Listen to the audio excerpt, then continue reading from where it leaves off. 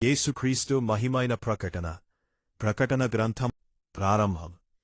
చాలామంది ప్రకటన గ్రంథాన్ని చూసి భయపడుతారు. ఇది కష్టాలు, తీర్పులు, విపత్తుల గురించి ఉన్న పుస్తకమని అనుకుంటారు.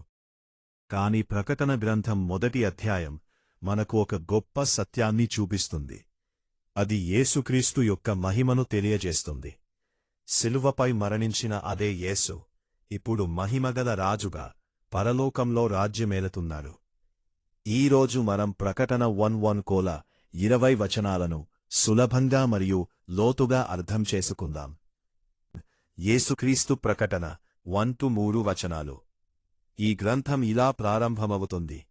యేసుక్రీస్తు ప్రకటన అంటే మరుగుపడిన విషయాన్ని బయటపెట్టడం, గందరగోళపరచడానికి కాదు.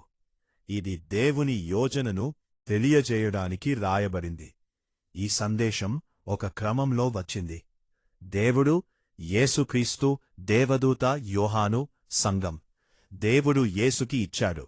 యేసు దేవదూత ద్వారా యోహానుకు చూపించాడు. యోహాను సంఘాలకు రాశాడు. 3వ వచనంలో ఒక ప్రత్యేక ఆశీర్వాదం ఉంది.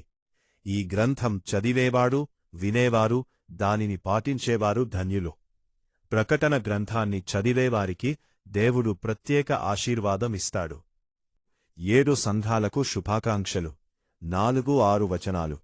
యోహాను ఆసియాలో ఉన్న 7 సంఘాలకు ఈ లేఖ రాశాడు.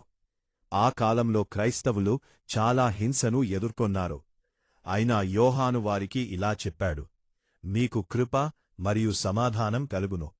ఈ కృప మరియు సమాధానం 3 మూలాల నుండి వస్తుంది. ఉన్నవాడు, ఉన్నాడు, రాబోవువాడు అయిన దేవుడు. సింహాసనం ముందు ఉన్న